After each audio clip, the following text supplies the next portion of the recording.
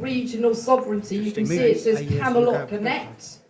He is selling all sorts of really interesting local badges, which he's designed with our local creatures, for want of a better word, on them. And it's something that you can put on your, like your badge, on your lapel, to identify with the people who are like us. Thank you. Over to you, Sandy. You got the word.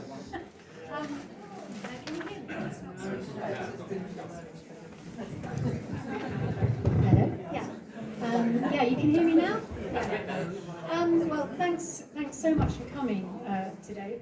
And it's been so lovely to hear the other speakers this morning, because all of our work kind of dovetails together. And, you know, with all of them, with David, Laity, with Glyn, particularly with Andrew as well, you know, we're all on the same page, and this is why these meetings are so important. You know, getting together and exchanging information is so important. And we can't, you know, really emphasize how important that is, because it's through this that we are getting the pushback.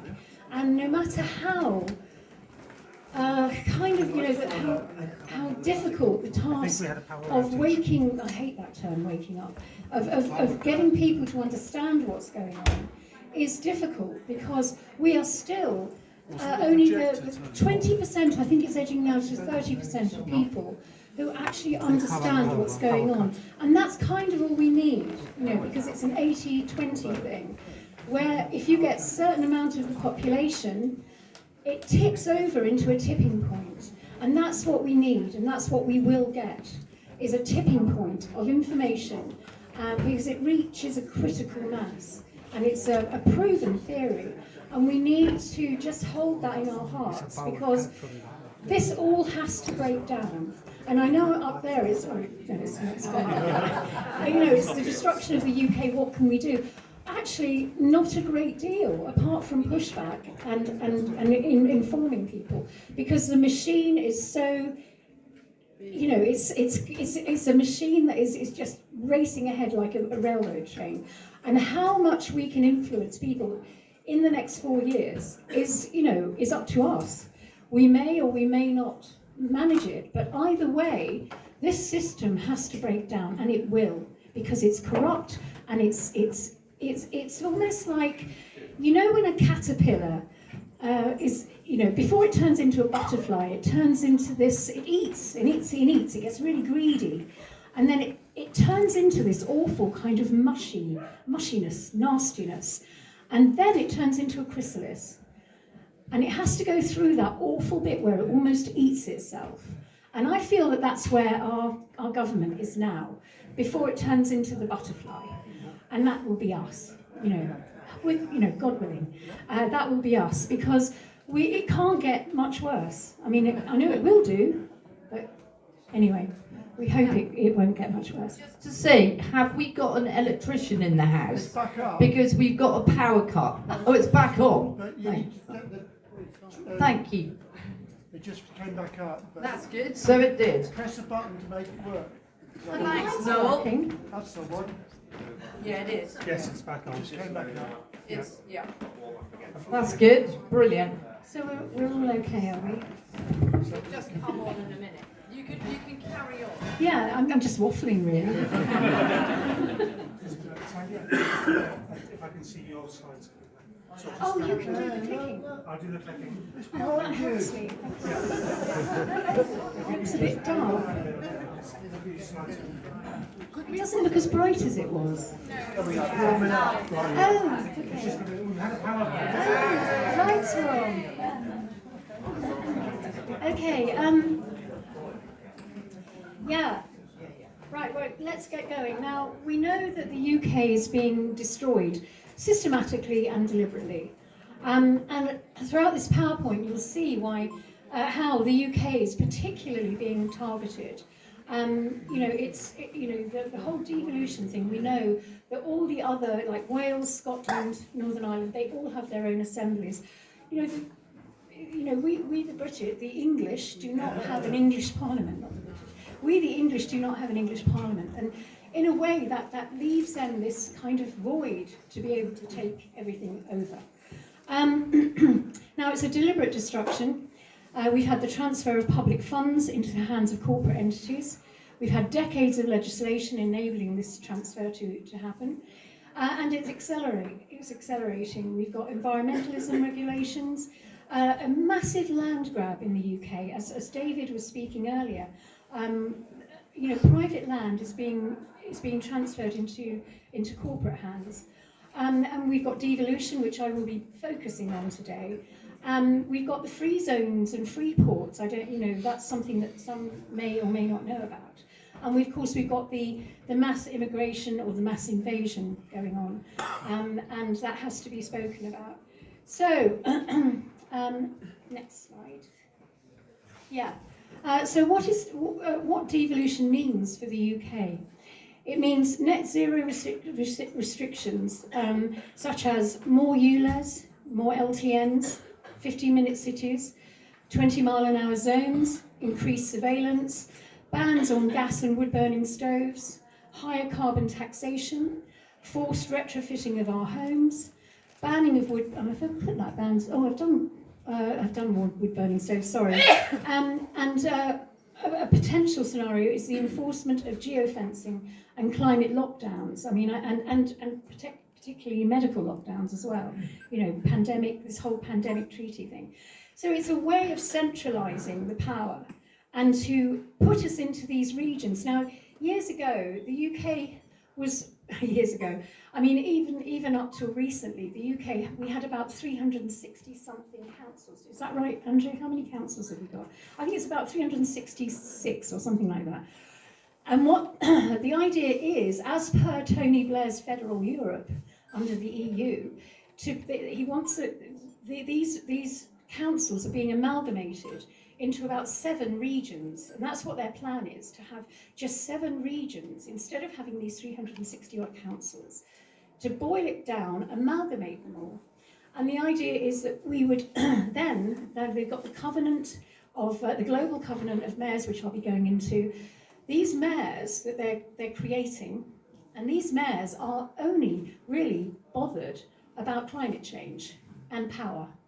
And they're going to use the climate change and the power. They're called the Global Covenant of Mayors for Energy and Climate.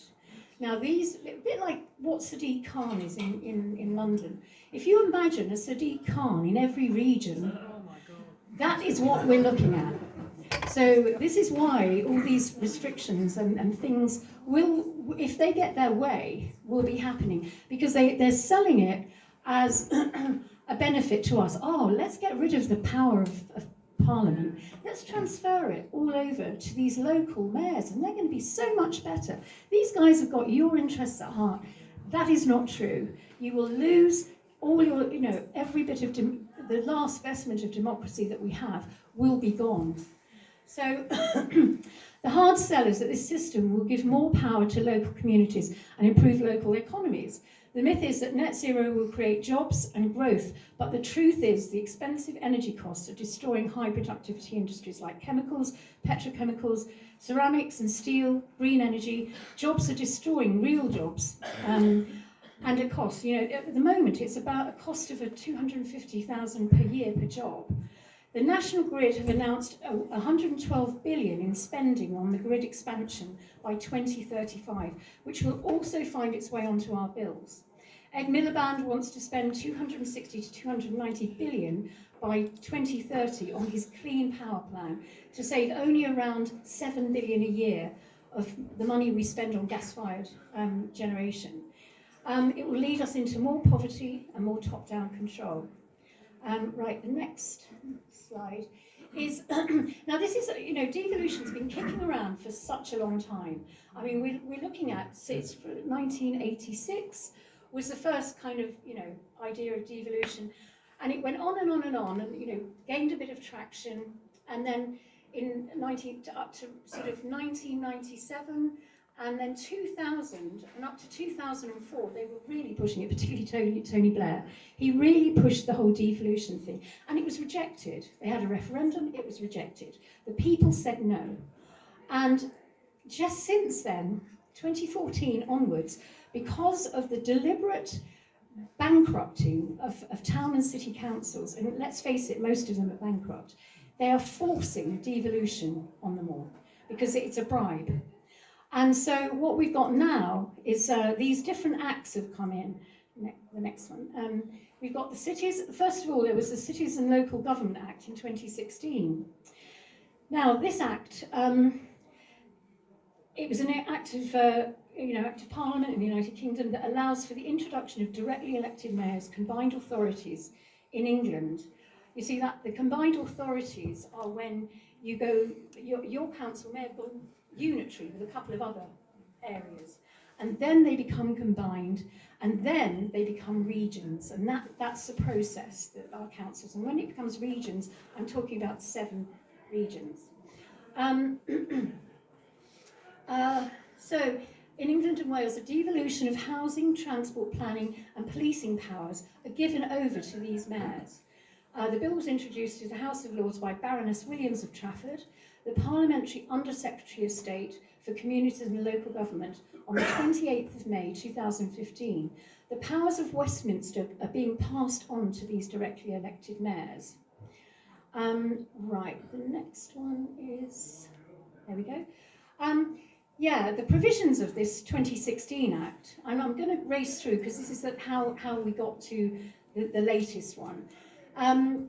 It was the devolving powers from the UK government to some of England's towns, cities and counties, introducing the directly elected mayors to combined authorities, granting them unlimited power over planning and housing, allowing mayors to replace police and crime commissioners, now that's a big one, and removing statutory limitations imposed by the central government on local authorities.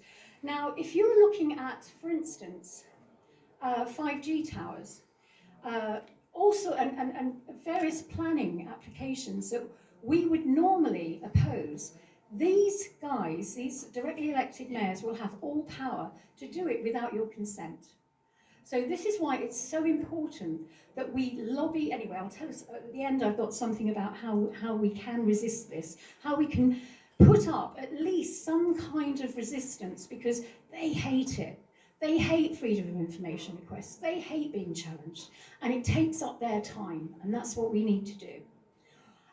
So next one, please. Hang on. These mayors will have significant authority bypassing Westminster to achieve the goal of net zero. That's all they want to do. They will be focused on achieving these goals with control over local budgets, including health and social care. The Global Covenant of Mayors for Climate and Energy, along with the Devolution White Paper, indicated that the primary objective of these mayors is to achieve net zero emissions by 2030 to 2050. They won't care a jot about us. This is their sole remit. Next one, please. Then we had the English Devolution White Paper in 2024. Next one, please. And do look at these. I mean, they're terribly boring. Only if you haven't got anything to do and you, Mills and Boon has, not done it for you. Read these at night. You look at them because everything is in there. How we are going to be stripped of every vestige of democracy in this country. Now, this is the main provisions of the English Devolution White Paper. This is last year. All of England to be covered by strategic authorities, combined unity, county or Greater London Authority, with statutory status. Defined competencies for strategic authorities. These authorities gain formal powers in transport and infrastructure. So they're going to make it more difficult for the people with cars. They don't want cars. They will have total massive budgets for reorganising the whole of the transport industry. And this has happened with I can't remember his name now, the guy in Manchester. There's a mayor for a global mayor in, what's his name? That's it, Andy Burnham. He's completely transformed the whole of Birmingham. Manchester, not Manchester. Sorry. So yeah, we've got. It was Andy Street in Birmingham. That's it. I knew there was another Andy. Anyway, we've got all this happening, and so cars will be out of the picture. And it's almost, going back to my Agenda 21 days when I was looking at the map of North America with the smart city zones and everything in between were buffer zones and what have you. I just, I realised that this is what they're creating. They're creating smart cities so that they can lock us up, basically. And I don't want to worry people too much, but that's the worst case scenario, which is why we have to take it very seriously.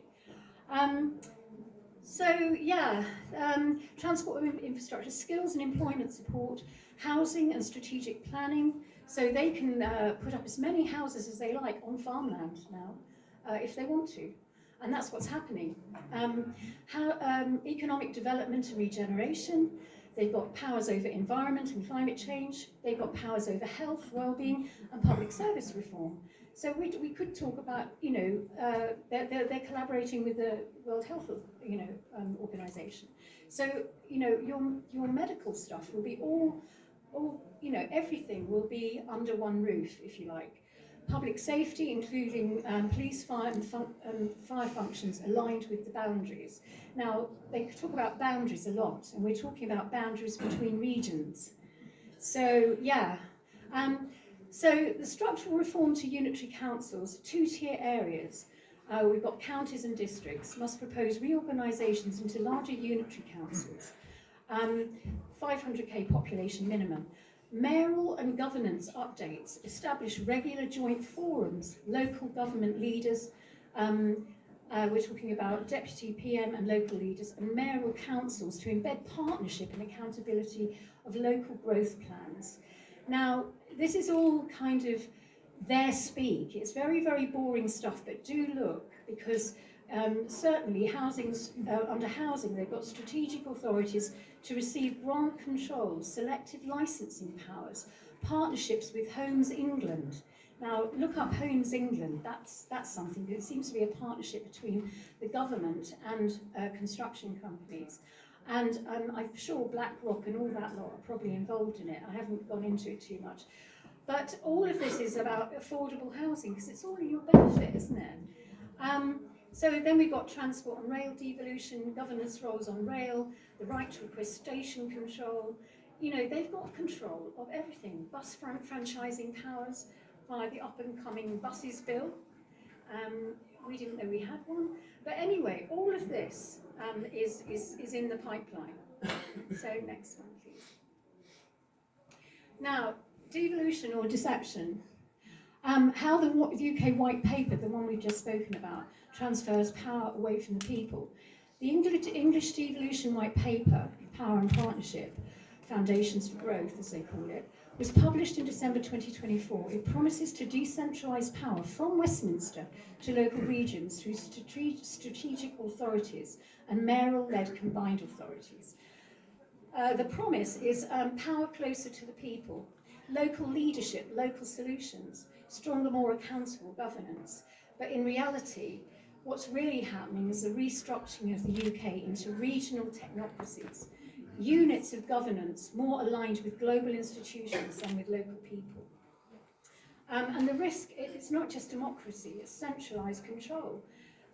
People lose meaningful voice while policies become dictated by the global benchmarks.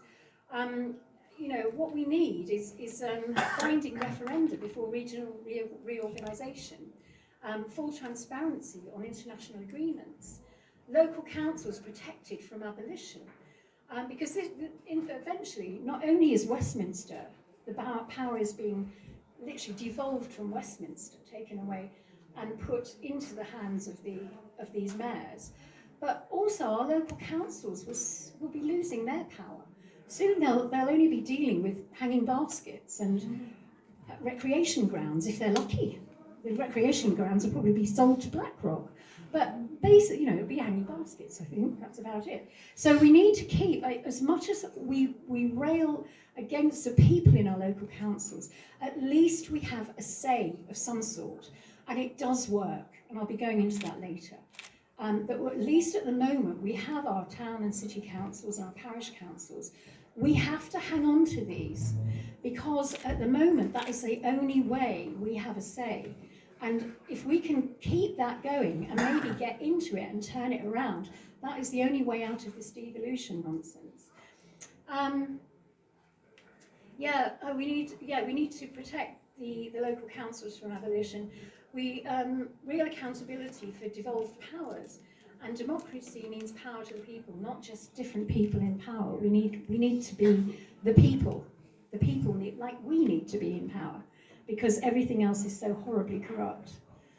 And then, obviously, we've got the latest one, which is the English Devolution and Community Empowerment Bill. It's not empowering you, it's a lie.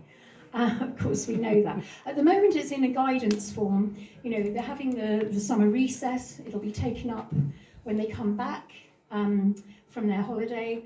And I think it's really important that in this lull that they have, we really begin to arm ourselves with the facts about what devolution is about.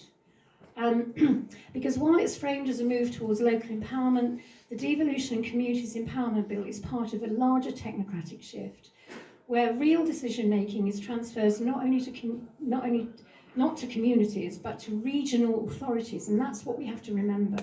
It's not going to us, it's going to the regional authorities.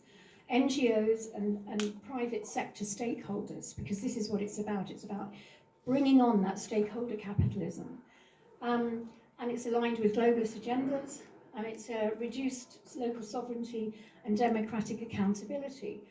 And what we have to remember also is that this decision-making is, instead of being, I don't know how to explain this, instead of it being local policy or even government policy, it becomes framework. It becomes a framework issue, and frameworks align with global power and a global agenda, which we know. So it's a framework, it's not policy. So you're actually aligning yourself with a global technocratic order that they have created. So it ceases to be local, it's global. And I call it glocal, because they're trying to frame us into thinking it's local. It's not, it's global. Right, next one. Now this is the provisions of the English and Community Empowerment Bill. This is the guidance. Under the English Devolution and Community Empowerment Bill, mayors gain extensive control over, and it's kind of, they're really embedding this, transport, housing and planning, net zero infrastructure, energy systems, economic development, skills and innovation, police and fire services. This creates a quasi-sovereign regional governance layer. This is what I was talking about just now. And it's no coincidence that these portfolios mirror the exact levers needed to enforce Agenda 2030 and the goals, the UN Agenda 2030 goals, the 17 goals, and the WEF Great Reset principles. So just to let you know that this is all about, amalgamating it all to bring it to, under global governance, not the governance of us, but global governance. Now, I've done this is local governance model for the bill. So in a global framework, and then you've got the local implementation via the mayors. So under the global framework, you've got the UN, Sustainable Development Goals, local climate plans, social equity audits. And then you've got the UN Habitat, the habitat conferences that have been going on since the 1970s are really kicking in now, because this has been such a long plan. Local planning regulations, smart growth zoning.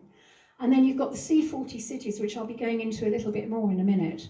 The emissions cuts, meat and dairy restrictions, car bans. So this is how deep it goes. Devolution is not about the empowerment of us. It's about bringing in this whole global agenda linked to the UN Sustainable Goals and Agenda 2030, which is all the same thing, and the WEF and the WHO, to bring it all under governance that's not from us, it's from them.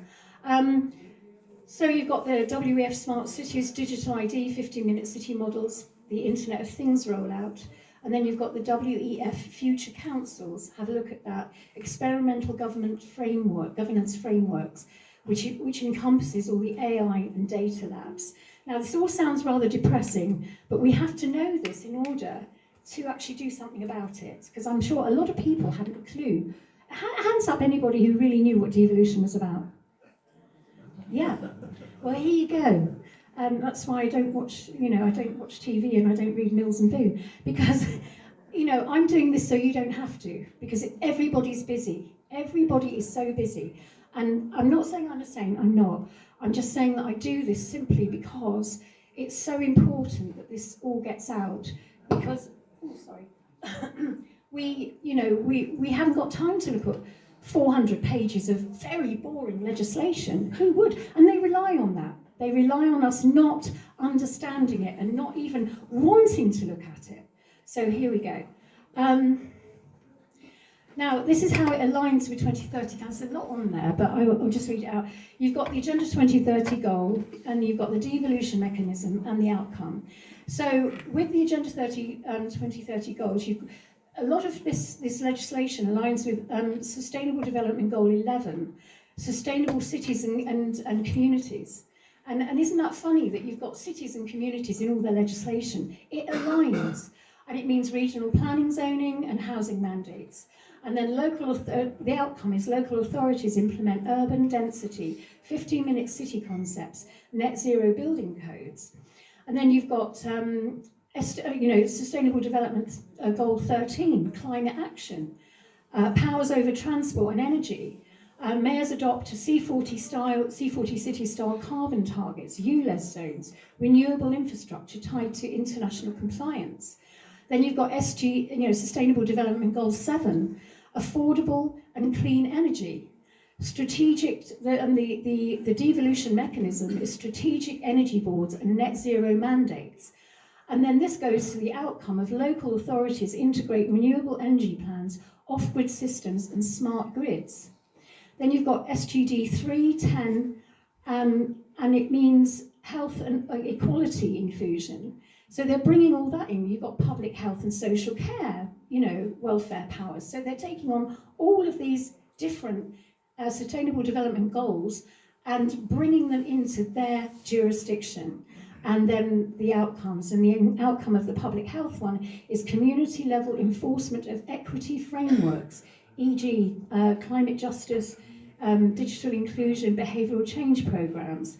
And then you've got Sustainable Development Goal 9, industry, innovation and infrastructure, local enterprise partnerships and a digital rollout. That's their mechanism. And then the outcome is region-specific innovation zones with public-private partnerships for smart tech and data governance. So all of this feeds into the 2030 agenda very, very carefully and wonderfully for them. But if we know it, we can challenge it. Agenda 2030 goal, I've done that, yeah. I was just giving myself a... Now, I'm just looking at this because I'm just looking at how the UK is being treated differently to other countries. Now, for instance, legally binding net zero law. The UK is the only country in the world to have climate change encoded into law with the Climate Change Act of 2008 and the amendments that came after that. We're the only country that has this in our law. Other countries, it's often voluntary. We've got post-Brexit replacement of EU law. We've got that in the UK, but it's not applicable in other countries. We've got local frameworks emerging. This isn't happening in other countries. We've got strong power, devolution to mayors, combined authorities gaining major power. And in other countries, it's limited in most countries because they've got constitutions that won't allow it. The Covenant of Mayors and memberships, now that is a global agenda. And I think there's about 99 countries that have signed up to the Global Covenant of Mayors. So maybe we're just the spearhead of it and the rest will be following because at the moment a lot of countries are signed up. Direct local alignment with UN EU climate goals. These are routinely integrated into local plans. If you look in your local council, you will have a local plan. And this isn't the same in other EU countries or any countries. It's more consultative. And democratic oversight of climate partnerships. In England, that is very weak. There's no formal way of proper consultation on net zero, for instance. And it's often done without public consent. Even with planning, with the towers going up, and this, in other countries, this has been subject to constitutional limits. So we are different in the UK. We are quite vulnerable, and they know it, and they're using the UK to be, if you like, an example of how they will get it globally. So even more reason why we should not be going along with it. Now, this is just a visual, really, about the history. And you've got the C40 cities. Has anybody heard about the C40 cities? Yeah, oh good, a few of you do. And so you've got the history, which was founded in 2005 with focus on climate action, global network of leading cities. And then you've got the key actors. In 2005 it was Ken Livingstone, Michael Bloomberg, the philanthropies, Bloomberg philanthropies, the Clinton Climate Initiative. Now this is where the whole devolution thing, this is one of their key institutions is the C40 cities. They've collaborated with the C40 cities. And it's all about global governance, transnational governance, and the implications for the people is democratic erosions, technocratic control. Well, we know all this, social engineering. Devolution is the transfer of power from Westminster to the metro mayors and combined authorities. And we've got the Mayors for Climate and Energy. It's a global coalition of city leaders. There's decarbonisation plans and climate finance. They're setting up all the climate finance stuff because they're getting masses of money for doing this. And the implications for the people is democratic erosion, technocratic control, fragmentation of national sovereignty. In the modern landscape of global economics and governance, the term corporate fascism has emerged as a controversial yet increasingly relevant descriptor for the entangled relationships between large corporations. And this is what we're looking at, these rather complicated relationships between big corporations and what belonged to the people. In this phenomenon, it's all too prevalent in today's world, especially in the arena of globalism. It's promoted by the World Economic Forum, we know all this, the EU, and political parties in America as well. And there's a good deal of psychological manipulation going on with the people, because we aren't being told about this. Next one. I just want to go, this is have a look at the website of the Global Covenant of Mayors for Energy, Climate and Energy. Now the very fact it's a covenant, I mean that is a promise, isn't it? And that's a bit worrying because we didn't make that promise. The C40 cities is the main driver for implementing net zero through the C40 Mayors of Global Covenant of Mayors. They're sometimes called directly elected mayors, not elected by you or me, but I would say the WEF. These smart city mayors will have power over elected parliament, which we've spoken about. They're positioning cities as a leading force of climate action around the world. So they want the cities, and again, it's a kind of smart city agenda. They want them, and they're even sort of collaborating with the Lancet to have a planetary diet, the C40 cities. This is it, the planetary diet, C40 cities. And as you can see, sorry, this is in Spanish, I think. Anyway, it's in something. No, it's in German, I think. Yeah, German. The Lancet teamed up with the C40 Cities Initiative to create the planetary diet to save the planet and to save our health. Because, we are, they're trying to help us, aren't they? This is what you'd get on the planetary diet. 1 cup of milk a day, 1 pint a week, 2 medium-sized potatoes or cassava servings a week, 1 tablespoon of honey a day, 1 bonus chicken thigh every other day, 1/3 of a quarter-pound beef burger a week, once a week, or a strip of bacon every other day if you have the burger. 1 egg every 3rd day. This brings the rations to meet the third world countries, basically. So you're being rationed under the C40 Cities diet. And it all fits in with the Absolute Zero document. Who's seen the Absolute Zero document? Yeah, and it's about phasing out meat and dairy by 2049. So, and this is why our farmers are under, last year we did a farming talk, and our farmland is being stripped away from the farmers, and it's all about restricting meat and dairy from the, and land grab. Oh, I've got 5 minutes, oh gosh, okay. Now I just want you to look at this map. Now this is this is all about these are the areas, and I just want you to look at this one. Very similar. Now this is Tony Blair's dream of a federal Europe in 1998, which was thrown out in 2004, but we've got it back again. And this is the combined authorities. This is a few more of them, and we've got these free port zones. Now these are new sort of areas. Again, this is kind of land grab, where these zones, these free ports, have no jurisdiction. They don't come under UK legislation at all. Anything can come in and out of these free ports, and they are owned by big corporations. We've got the natural asset corporations. Again, this is the way they are financialising nature by bringing something in called biodiversity net gain.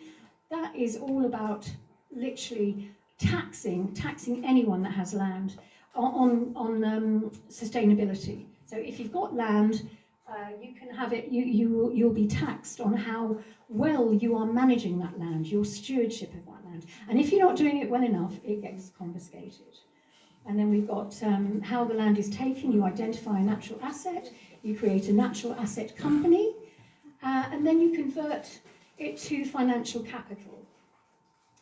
And then we've got public-private partnerships. Again, I think you all know what they are. They're they're sort of NGOs that underpin, they're undermining politics of every Western government. They're the big business that's destroying representational government. We've got environmental and social governance scores coming to every business, which means that, are your employees cycling to work? Are you recycling, conforming to eco-regulations? Are you exercising diversity, equity and inclusion? Are you using sustainable products? Are you using clean technology? Is your workplace safe? I mean, all of this is kind of grinding businesses down and taxing them yet again. And then in our own homes, we've got energy performance certificates. You've got to comply to this, that and the other. Otherwise, you lose your house, basically, because they're trying to destroy the rental markets for landlords, so that it's actually all state-owned. Everything is state-owned, because they're making it more and more difficult. If you don't comply to these these energy performance certificates, you have to retrofit at your own expense. So all of this is difficult. We've got community right to buy, the Localism Act of 2011, now strengthened in the English and Communities Empowerment Bill. It's not about saving your local pub or shop, it's communitarianism. Shopkeepers, landlords and private businesses should be owning these buildings, not the state, it's not the state, it's corporate entities. So what is communitarianism? Well, it's the rights and responsibilities, the balance between rights and responsibilities, and laws protecting the individual are outmoded and must be balanced by experts against the sensibilities of a global market, trade agreements, and achieving. Tony Blair called this the third way. David Cameron called it big society.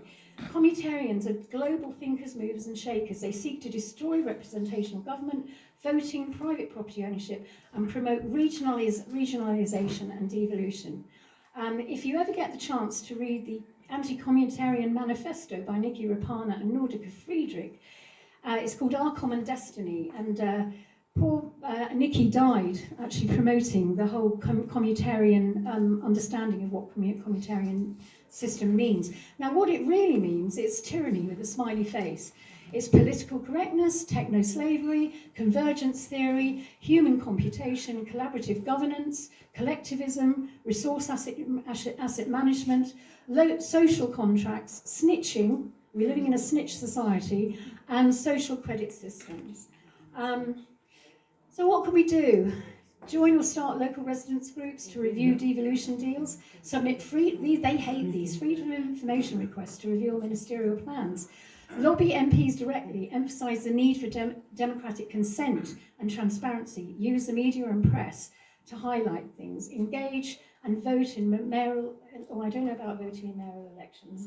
I don't know why I put that there. But anyway, it's, what can we do and why it matters. Sorry, I'm going to skip through some.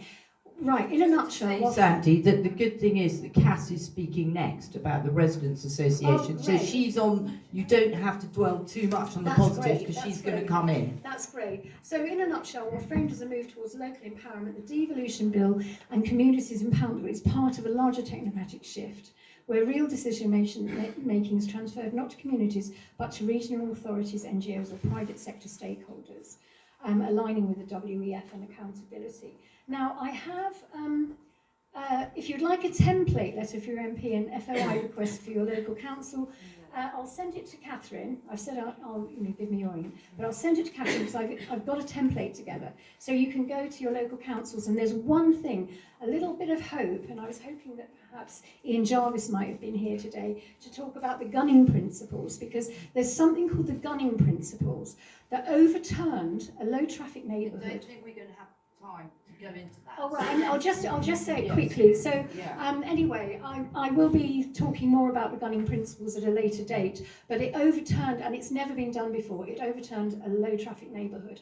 And it's all about the flawed consultation process. And we can put that up on the new website as well. Yeah. Thank you so much, Sandy.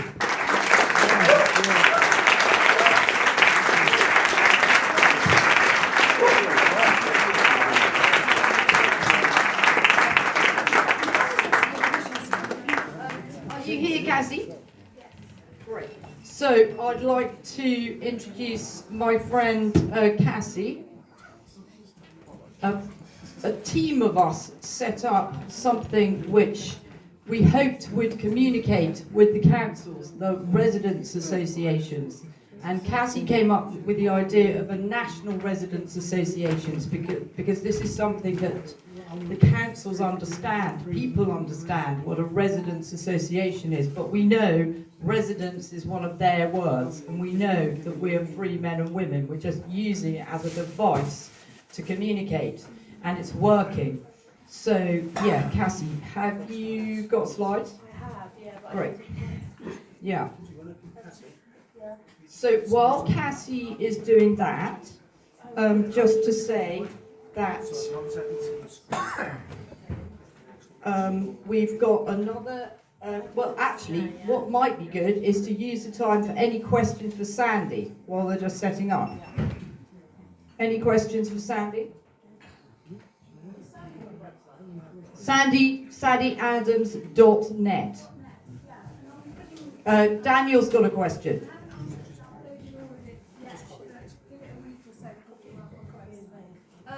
Sandy, come here, then you can use the microphone again. Thanks a lot. Hi, Sandy. Oh yeah. Oh yeah. Hi. So devolution, I will come back to this, but your local planning authority, and obviously they nationally all have their local plan, so these policies of devolution are regulated and passed essentially through the vehicle of the planning authority's local plan. Well, when at the moment it's your local authority's local plan, but when if they manage to get these mayors into each region, the mayors will have autonomy over all of that. You will have no say whatsoever in planning.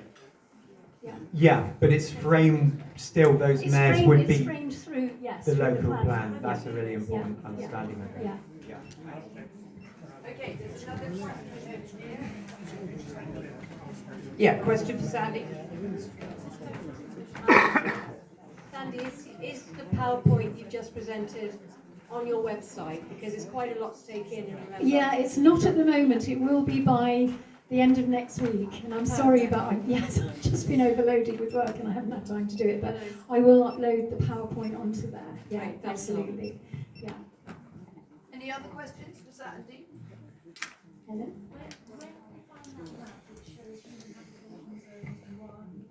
Oh, that's if you Google the Wildlands map of North America, and it was created in 1992, I believe, just after the Earth Summit, and it was created by David Foreman of Earth First, and it was his vision for how North America should look. And it's quite scary, actually, because it's colour-coded, and it's colour-coded in red and yellow, mainly. And that is where the humans aren't allowed.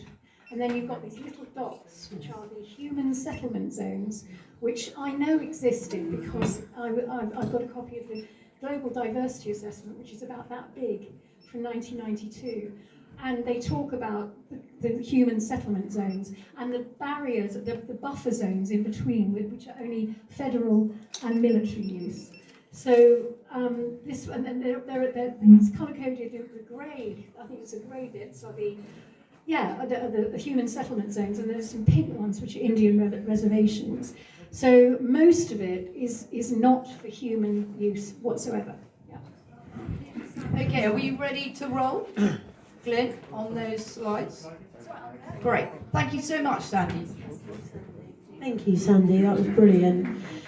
All right, please give her a round of applause. Thank you. If this wasn't for people like Sandy, Katherine, getting this information out to the general public, which is really, really critical, so I really appreciate it. Anyway, as Katherine alluded to, I started something called the National Residents Association.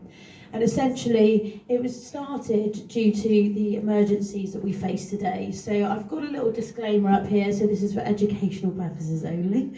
It's safer to do things like that these days, and so that's why I popped it on the screen. So, as Katherine's stated, why a residents' association? So obviously we can see that it's going from the World Economic Forum and all of these other institutions and down to the UK government and then down to the council level. So a residents' association, albeit some people don't appreciate this word, I wanted to use something, a vehicle, to capture the general public, because it's very, very important right now when communities are very disconnected. So it has given us a strength in our disposition. Councils always also understand this terminology as well as residents, local people in the area. So just wanted to touch on devolution. I know Sandy's done a really good in-depth piece on this, so I don't want to go into it too much, but obviously as we've identified, radical changes are on the way. And actually at the moment, pretty much every council, probably across the country, it would be worth doing an FOI on this to see if it's going to be going out to public vote. Because I don't think it is. So just to make you aware of that. So obviously we know that mayors are being elected, and that gives them differing powers. Unitary councils, one of the unitary councils in Yorkshire received the largest fund of the UK, £1.8 billion to bring in devolution. That's just in one area. And we wonder why our councils are going bankrupt. So, and I remember reading in Lincolnshire, their mayor received about, I think, to bring in devolution, they've received about 30 million. So it's exposing these things, to expose it to the general public, is what I would define as an order-winning factor. So what is the overarching agenda of this? Digital by default, they call it. Yeah, that's right. Or another term for it is AI-assisted government. So basically that means that they want to hands-off digitalise government, which everything will be centralised, and it will be a virtual situation where computer says yes or computer says no. And that is what they're trying to bring in. So devolution is the next part to that next step of the hands-off digitalised government. So what we're seeing now, and I've been talking about this for years, is NHSX. How many people in this room have heard of NHSX? Yeah, a couple. Yeah, more people are becoming more aware of it. That's good. But they're also doing the same thing with the legal system. So over the last couple of days, I've read that they've got about 73,000 cases in the UK, and they just can't cope with all of these court cases, so they're going to have to look at another way to deal with the courts. So it's a scary prospect, everyone, but that is actually happening in real time right now. But it won't just stop at that service, it will continue to be an overarching digitalised system. So the plan is to scale back in-person services, energy, water, public services. You'll be tracked via apps, AI and remote monitoring. And we can see that now. We're the third most heavily surveilled country in the world. I don't know if anybody is aware of that. And it costs about £7,000 per camera in the UK. So, but that's another thing, because that can be utilised as an order-winning factor. Did we really need this, or do we need more police on our streets? Maybe. Who knows? So what this does to us is it weakens us as a people, and we won't be able to hold a system to account. I think they're looking at trying to bring in now, you have to prove you're innocent. So you're guilty until you prove yourself innocent. And that's something else that's also happening. This digital ID system, not just your CBDC, but the whole system that interlinks with everything, which is part of the Internet of Things, which then equates to the Internet of Everything. So the Behavioural Insights team will be able to give nudges to people to make sure that they are what they would call a smart citizen. So everything goes back from your smart city, to your smart meter, to your smart motorway, and then obviously we need to be smart citizens. So local control may be more data-driven than people-driven, and that's actually happening today. So just to give you a snapshot view of what we're looking at, and that's some of the services, and it all leads back to something called open data. Now, most people are completely and utterly unaware that why their roads are being dug up. Everybody's having problems with this all over the country, but why? Well, there's a couple reasons why. They need the data transmittant to be a lot faster for their smart city infrastructure. So they're selling the notion of fibre optic cabling, that you're going to get faster broadband, and it's going to be absolutely amazing. But what they're really doing is they're trying to connect your home to your street, to your street light, to your 5G tower, and then that goes back to one of our 514 data centres that we have operating in this country. So, that's a hell of a lot of negative, and I'm sorry about that. But I think you can start to see why the community is key in getting out of this. Because our communities have limited or virtually no awareness as to what is happening. So I want to give you a few more examples. I'm very sorry it is extremely negative, but I do want to show you what we can do and tell you about some successes that we've had in different parts of the country. So why your community needs you? Well, I think we can all identify why, but it gets worse. Recently, the UK have decided now that they're going to be releasing 40,000 prisoners, killers, murderers and rapists, 40,000 around this country. It's a terrifying prospect. But that's something that we can utilise to work with the general public. So I'm going to talk about Liverpool. I'm not sure how many people would have seen the last Sefton Council meeting. Has anybody seen it? Yeah? Yes. We've got a few hands, and we've got a few hands. It's highly worth checking out. Those people went to the council. But what people don't realise is the Merseyside Residents Association, who were predominantly asking those questions at that meeting, before this, a couple of days before this, we thought we're going to try something out in Liverpool. And we made this very generic leaflet to reach the general public about cost of living, all things that we know are going to get them here, because that's the only time when people actually really listen. So anyway, the Merseyside Residents Association, they went off, they did a leaflet drop in this particular area called Netherton. And Netherton have been experiencing unknown people, shall we put it as, in their local area. Girls are being followed, got men walking down the streets with knives, these kind of things. So what happened was we did this leaflet drop, and every Tuesday these guys have a meeting. They had 45 to 50 new people unexpectedly come to that meeting due to their concerns. So what we're doing now is we're working with these new people and we're trying to win over their trust to show that we need to rebuild our community, and the only people that are going to ignite something like that are people like you and I and everybody else initially. So that is really good progress because of serious issues, unfortunately, that nobody wants to talk about, but unfortunately we have to, because if we don't address these problems, we're just going to carry on unbeknown to everybody. So I wanted to explain that these things are possible. These things are very possible to reach people, and you would have no idea, because if you don't try, you don't know. But that's just one example, and I need to move on from this slide. Let me do it. There's so many topics in this gender. It's multifaceted warfare, as we know. We need to look at things of enforceability, everyone. Because enforceability is how they will control it and how they will make sure that their order stays in place.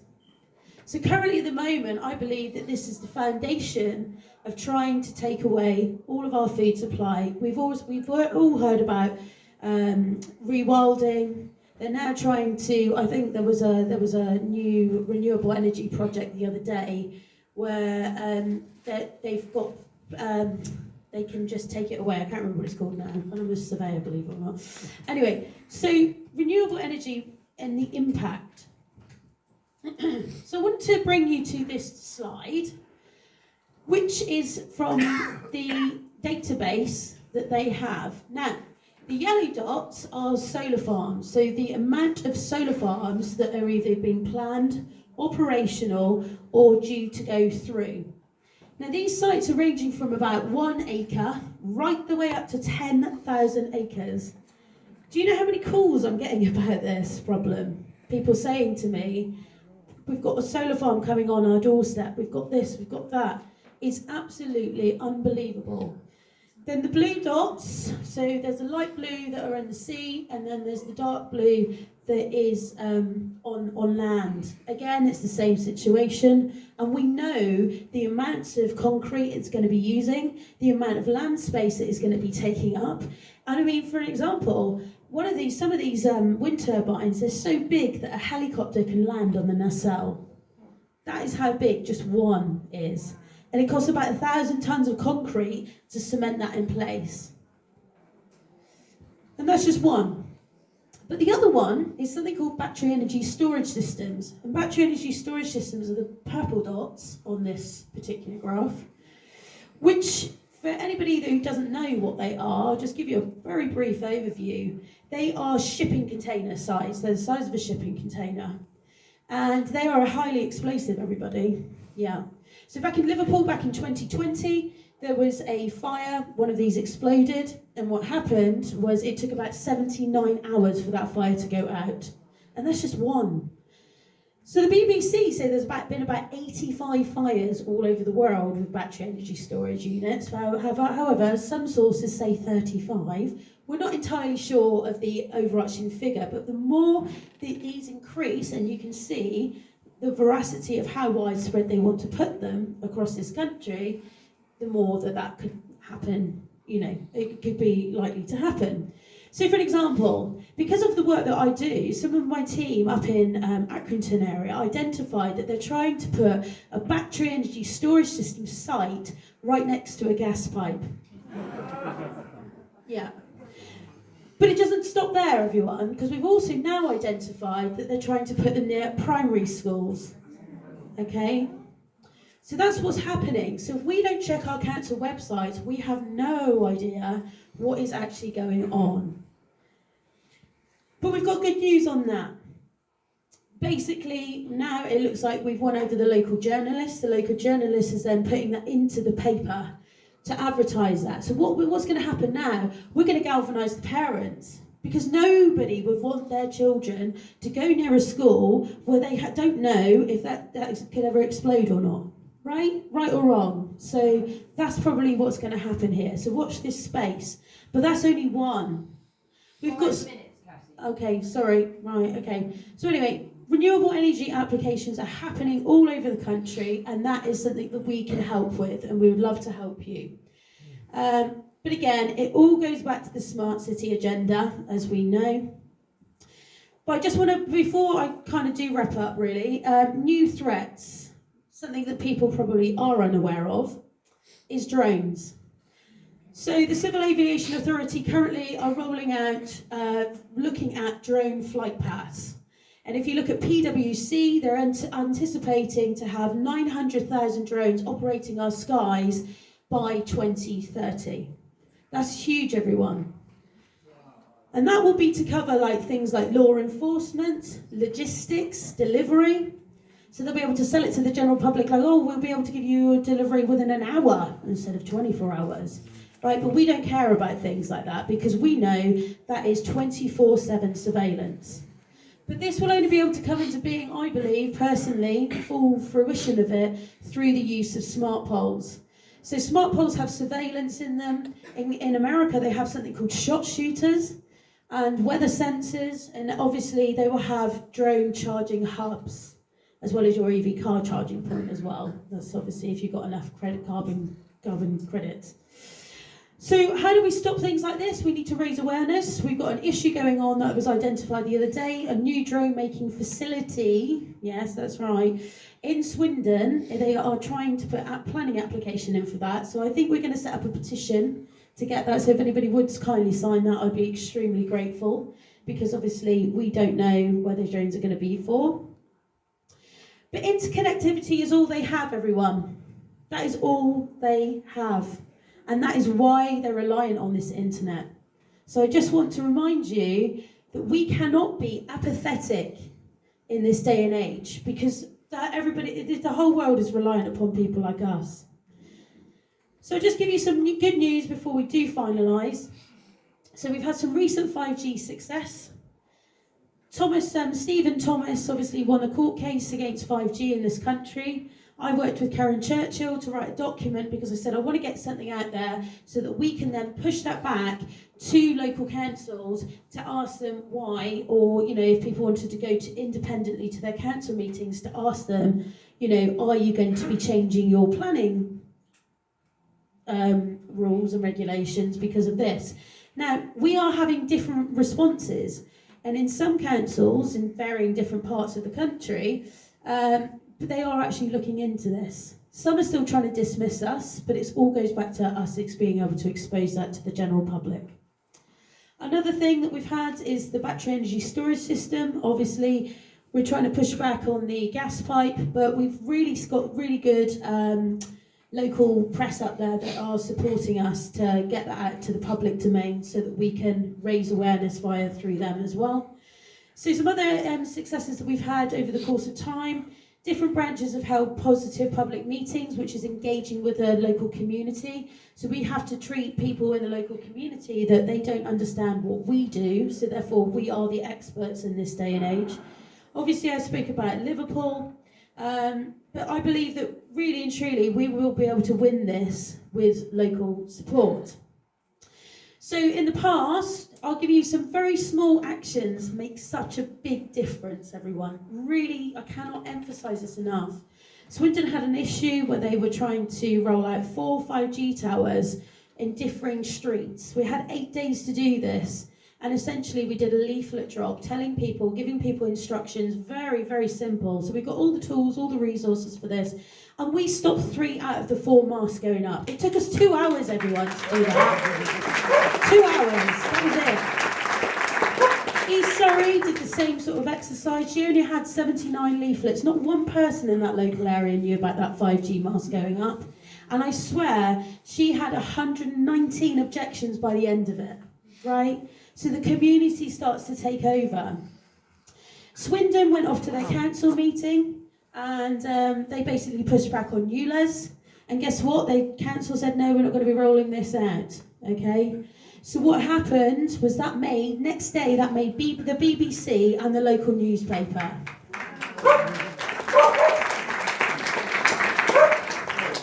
So anyway, if anybody does want to get in contact with us, I appreciate the time. I don't really have much to go forward with this, but simple solutions make a very, very big impact, and that's kind of one of the key messages I wanted to get through today.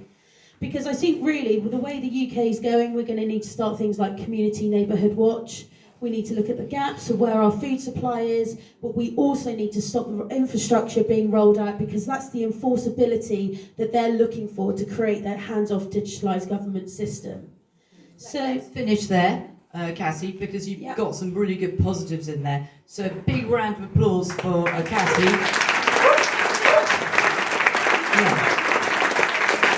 And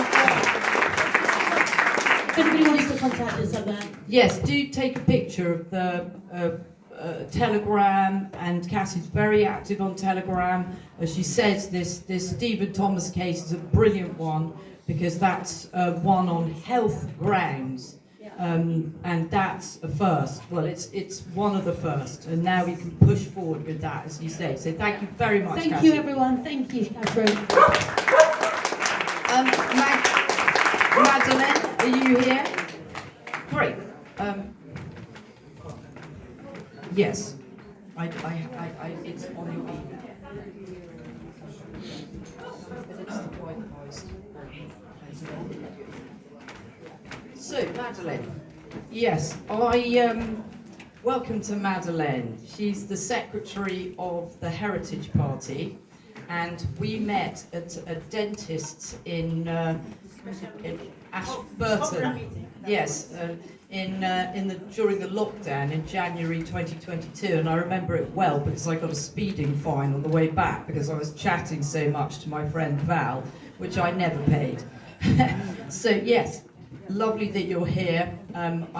You've got half an hour. Yes, actually, Glyn is just setting that up. But if you'd just like to talk, then he can set it up. Thank you very much for having me here. Is it working? The power of local councils is still massively underestimated by the public and by many councillors themselves. For years, the power and funds of the local government have been transferred to the local authorities. This has resulted in a window of opportunity for corruption and incompetence, which affects the lives of every citizen individually as well as the whole economy and culture. The progress of transferring central government decision-making power, followed by emptying our national budget, is called devolution, in other words, the Great Reset. Devolution itself means gradual degeneration, a gradual progress of getting back to a primitive way of living and thinking. For years, the power and funds of the local government. The levelling up programme of the devolution system reflects the principles articulated in a communist manifesto. Despite the varied approaches of Marx, Engels, Trotsky, and Lenin, they all shared the collective objective of establishing a global government and a new world order under a communist framework. Likewise, the devolution and levelling up initiatives are driven by this overarching goal of instituting a global government and a new world order, characterized by a communist system. This revolutionary plan for socialism, which included the abolition of all religion, was reminiscent of the doctrines of Weishaupt. It was basically a program for establishing a perfect state, and it called for the workers, proletariat, to revolt and overthrow the private ownership of industry and for the government to own all property. Marx felt that by controlling all production, the ruling power could politically control a country. The primary objective of the course remains unchanged. It is to establish a world governed by a single global authority, eliminating individual laws and regulations in each country.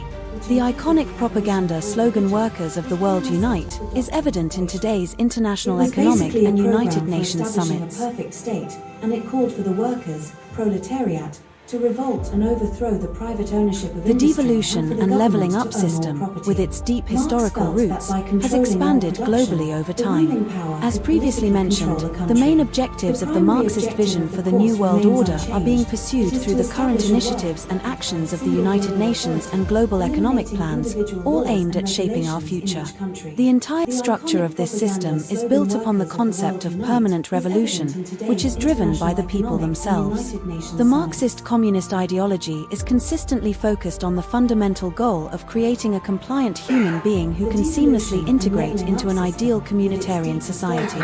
Only through this approach can the New World Order be realized. This entails the elimination of all religious beliefs, the erasure of individual identities, the suppression of creativity, the dissolution of national boundaries, the eradication of diverse cultures, the abolition of private ownership, and even the elimination of climate disparities. Which is driven by the people themselves. The Marxist communist ideology is consistently focused on the fundamental goal of creating a compliant human being who can seamlessly integrate into an ideal communitarian society. Only through this approach can the New World Order be realized. This entails the elimination of all religious beliefs, the erasure of individual identities. The devolution of the UK was not initially embraced by the British government until Tony Blair became Prime Minister. Blair's fascination with Trotsky and Marxism opened the door to devolution that had been kept on the doorsteps for years. He introduced fast reform in all sectors of our system. The devolution system is structured around the authority of local governments, which have the power to implement social and economic changes without the constraints of national democratic law.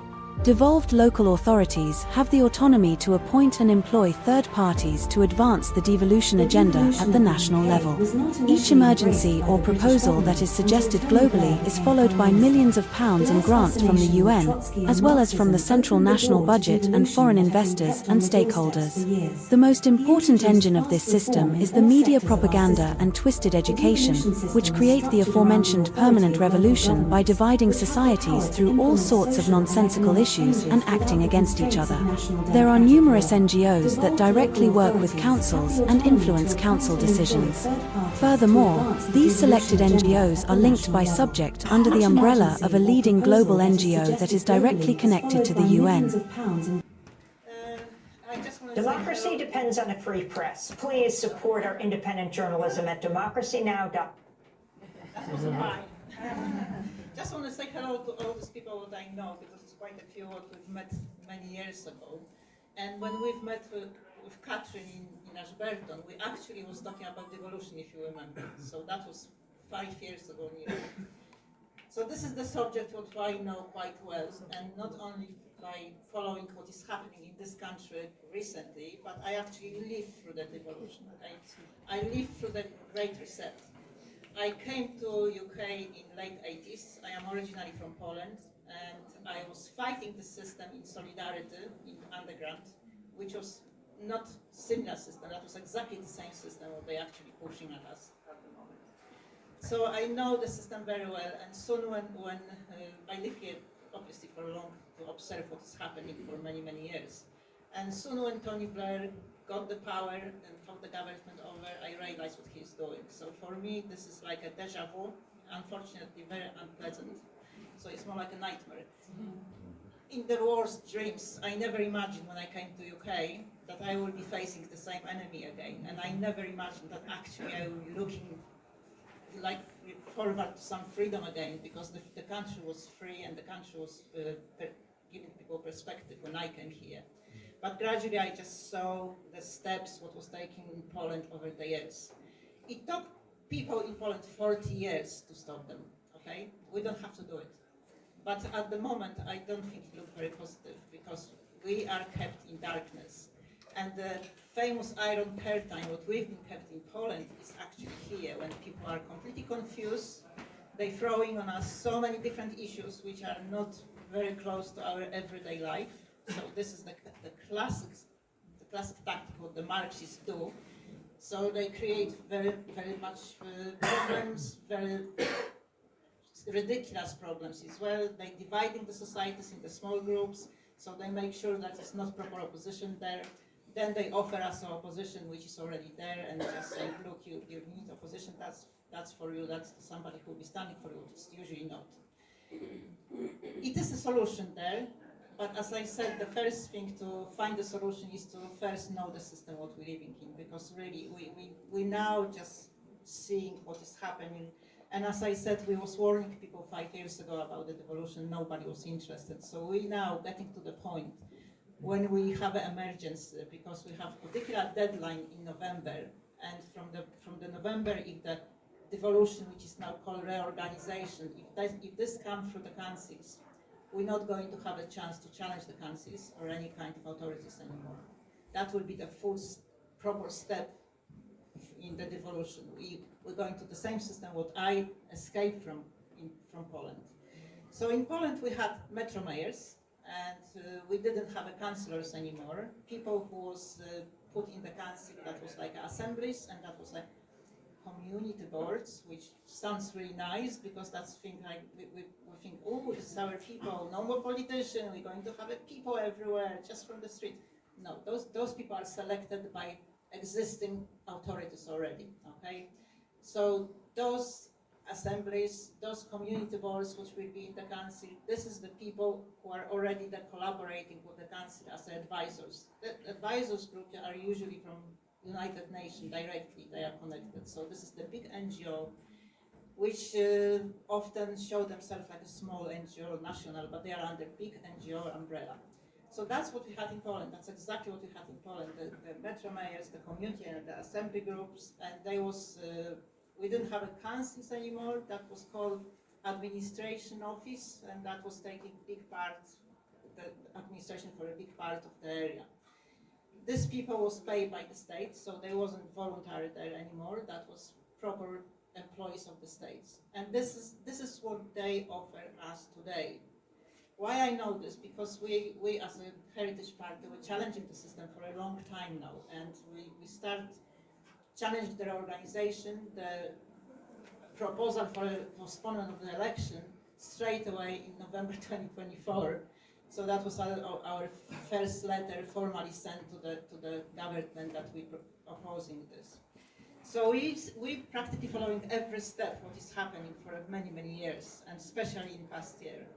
And I would explain more, but I think Cassie and Sandi said so much about devolution already. So the danger, what is coming, it is coming. It is on the paper.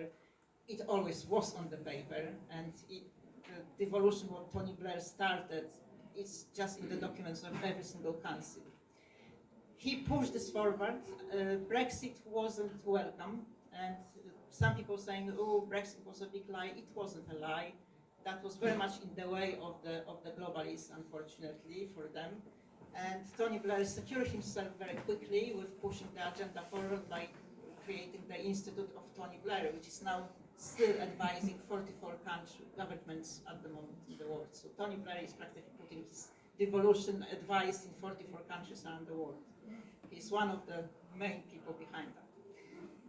We have possibility to stop them, but this means really we need to know what we're doing, and we have to go the legal way. So what we're doing, we challenge the councils on the base of the official regulations. Why? Because most of the councillors on the low level, the lowest level of the council, they often are not aware even of their own rights. They was told for so many years that the government told us, the government said this, so we have to do it. That is completely a lie, and we proved this to the councillor as well. The government, we corresponded with the government, we corresponded with all the departments. The government confirmed this many times, that councils have a completely free will to actually follow any kind of program, like the climate emergency, like the housing emergency, like the lockdown. That was decision of the councils, not the government. The government enable councils to do things. Of course, the government is pushing and building big pressure on the council. By law, they don't have to do it. And that's where the proper community have to act and actually try to work with the councillors, because they are victims of not being properly aware.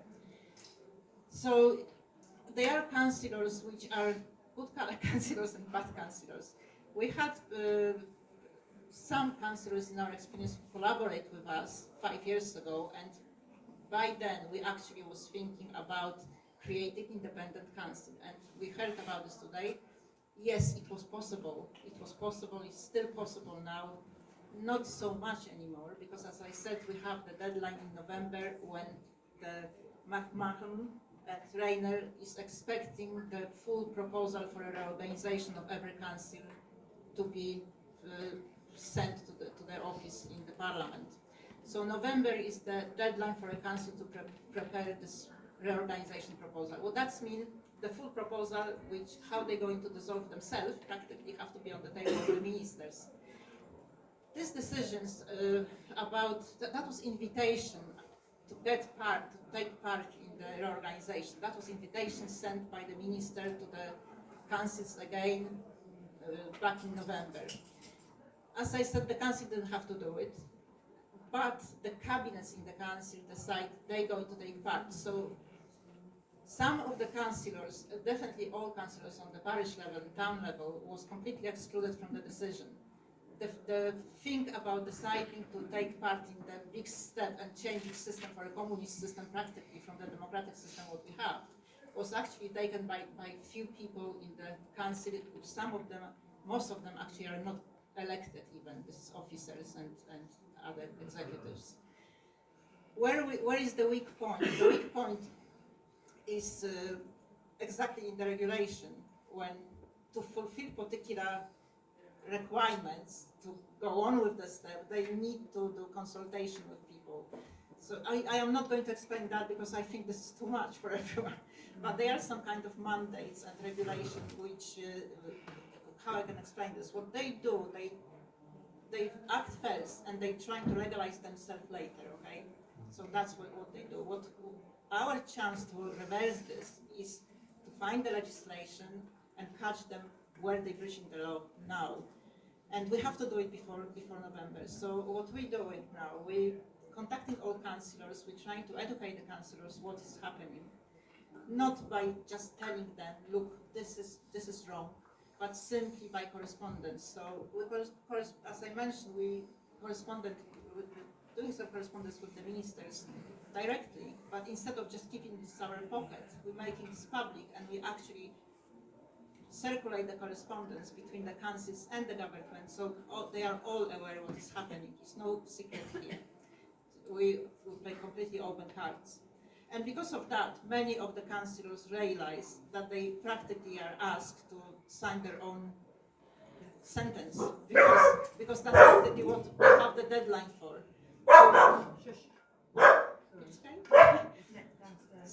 So, as I mentioned before, they're practically asking councillors to just dismiss themselves from the councils and stop existing.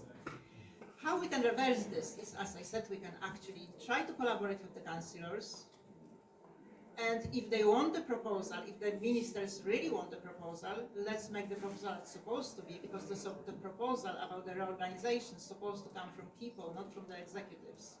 So our proposal would be, if you really want to go and follow devolution, and we really want to bring the people closer to the decision makers, the most logical step is to get rid of the county councils, expand the parish councils, and then parish council will be having bigger funds, and people will be directly making decisions because there will be more parish councils everywhere as well.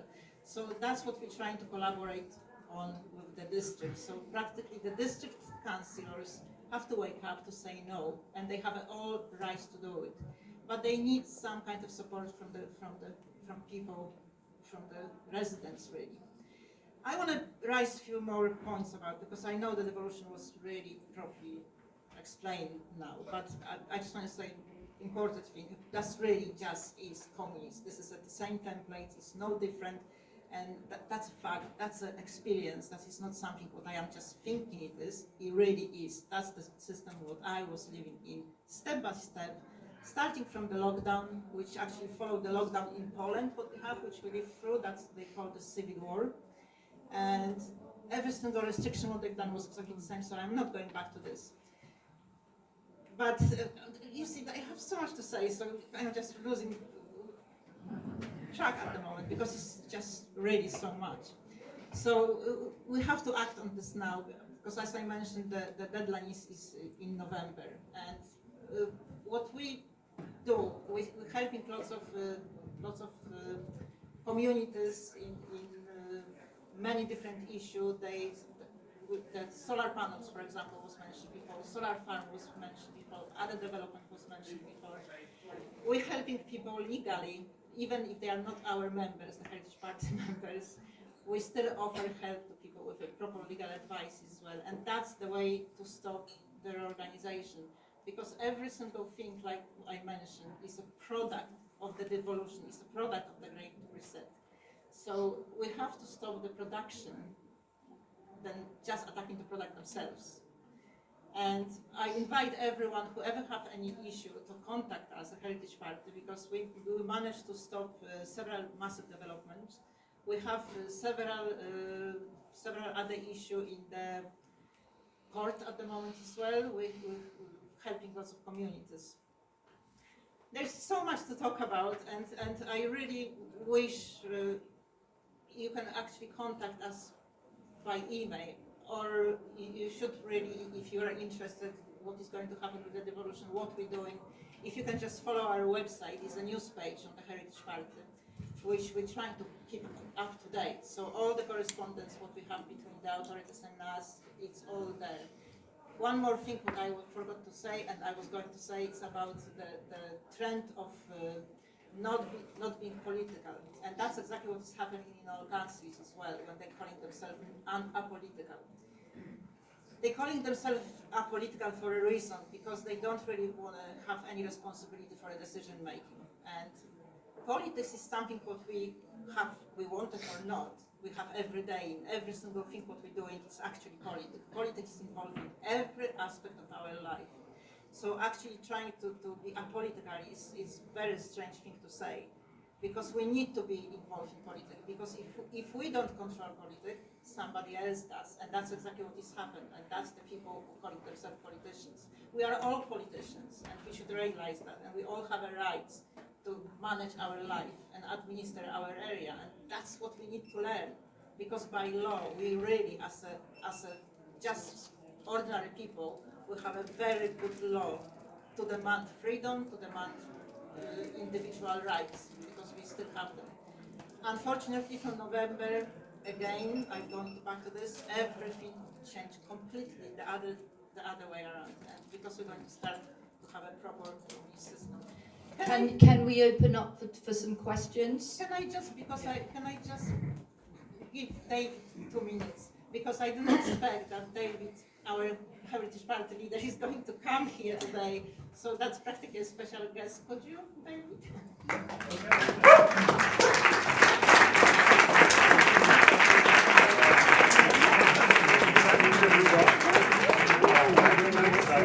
Oh, that's very kind of you. Thanks for inviting me up. What Madeleine said and what everyone has said here today is so important, because when you say the words devolution and local government reorganisation to people in a conversation in the pub, most people just switch off. They think, what's that got to do with me? That sounds boring, I just need another pint. You know? But of course, we know it is really important. But I wasn't expecting to be here, so I'm making this up all on the hoof.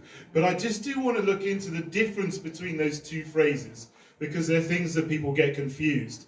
Local government reorganisation is changing, or actually abolishing, the existing county and district councils to have super districts. It's like what they've done in Northamptonshire, if you know, or Somerset. Somerset now has North Somerset, North East Somerset and Bath, and then Somerset, you know, the main bit of Somerset. But there's just 3 local authorities there, and what they want to do is put a mayor on top of it, a county mayor.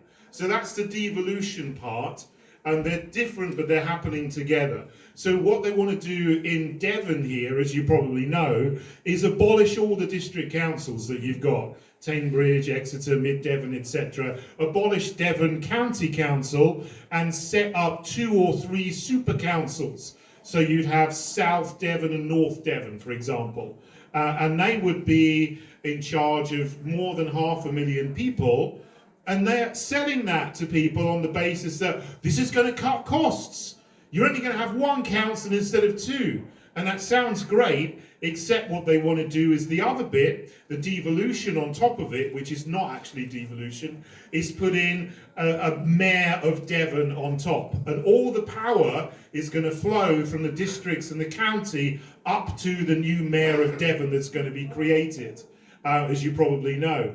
And the model for that is something that I'm very familiar with, which is the mayor of London. And the mayor of London was the first devolved mayor or combined authority mayor or metro mayor. I was on the London Assembly for 5 years. And I questioned Sadiq Khan a lot because there was a lot to question. But some of the things that he did to give himself more power was to declare emergencies. So he declared the COVID emergency along with the government, and he declared a climate emergency, and that gave him the power to do all kinds of things which you couldn't question as an ordinary citizen living amongst 9 million other Londoners, because the Mayor of London, Sadiq Khan, would just go ahead and impose restrictions on the, narrow the roads, saying that we need this so people can social distance. And this is only temporary, but when the Coronavirus Act ended, the temporary measures all became permanent. And so, of course, he's doing that under COVID emergency and climate emergency. And this is what the Mayor of Devon, the Mayor of Somerset, the Mayor of Dorset, the Mayor of Essex, all these Sadiq Khans in every county type figures they want to bring in, they're going to do the same thing all over the country. In the conversations I've had with people today, I've heard a lot of people saying, well, we don't trust politics, we don't trust politicians, we need a new system. And I sympathise with that view to some extent. I don't personally agree with that view, because the system we have is full of people that if you created a new system would just migrate to the new system you've got and infiltrate that as well.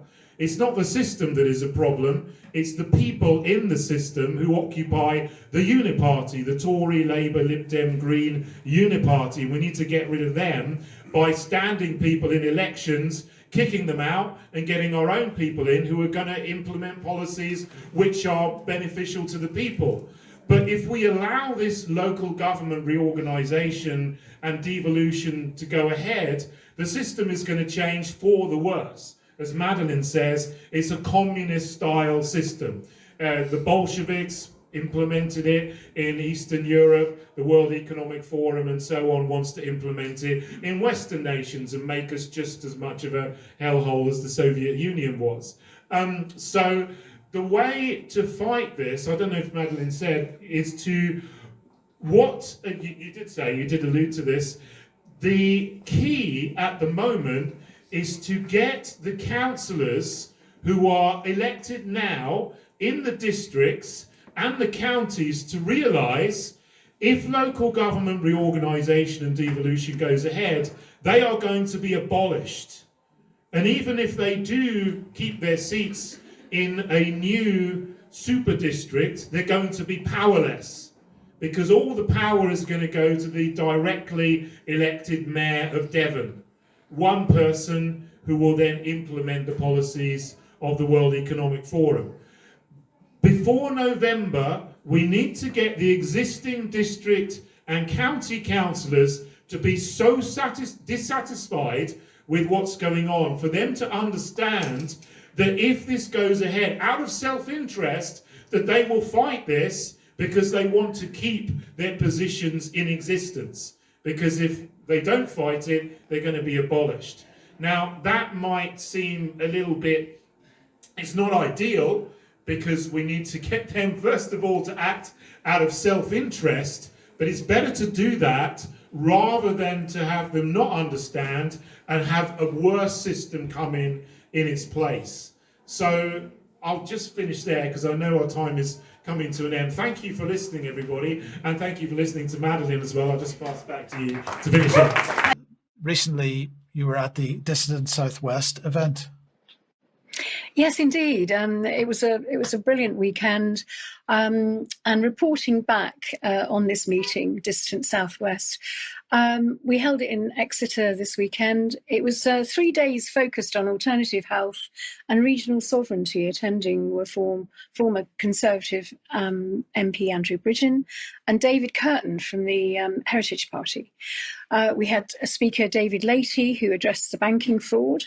And he's setting up alternative people's councils, which is a very interesting thing. I mean, these events are so important because people come, they exchange ideas and get empowered.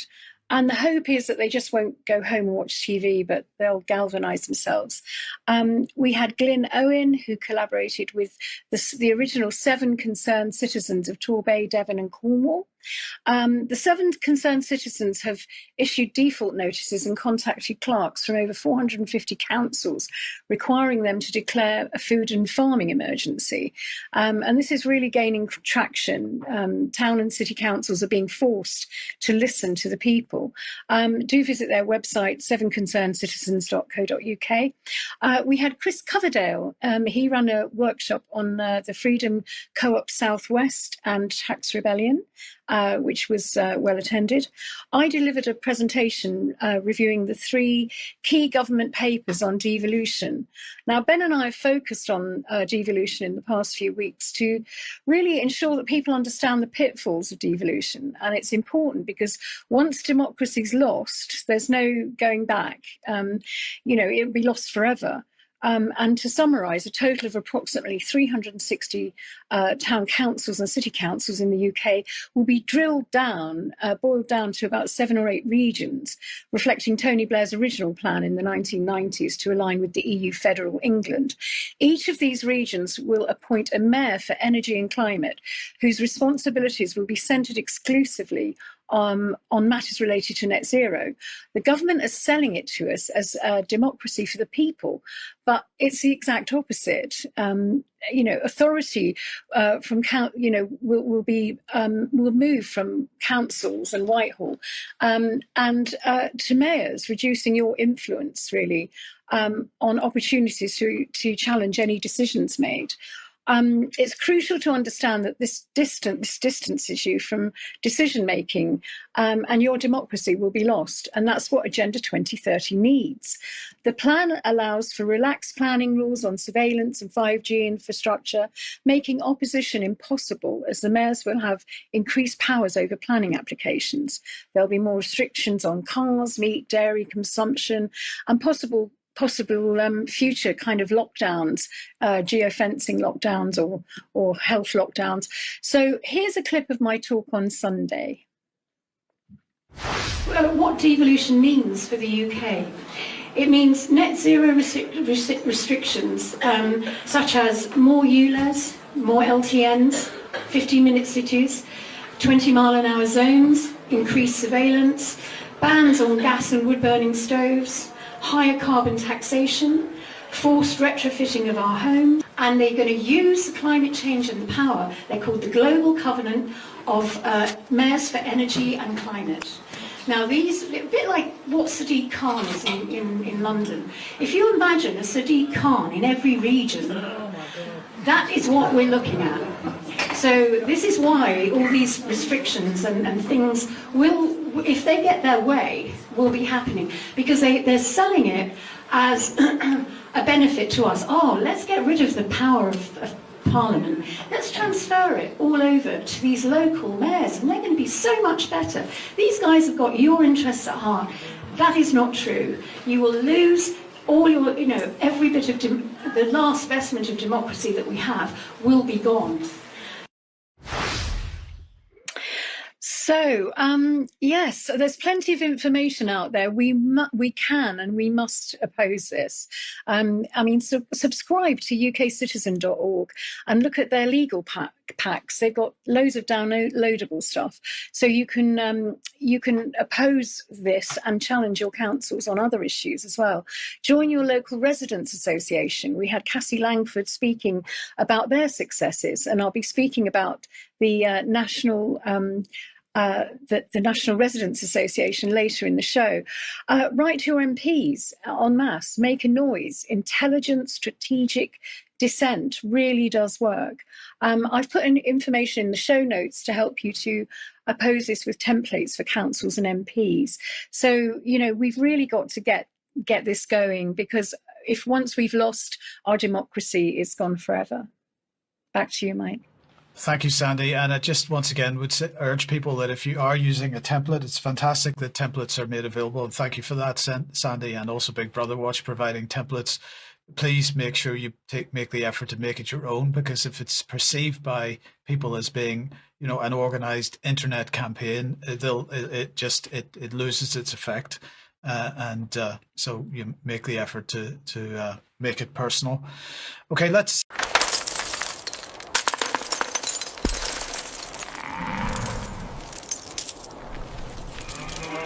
Because the people with the most money are going to transact the most money, they'll pay the most tax.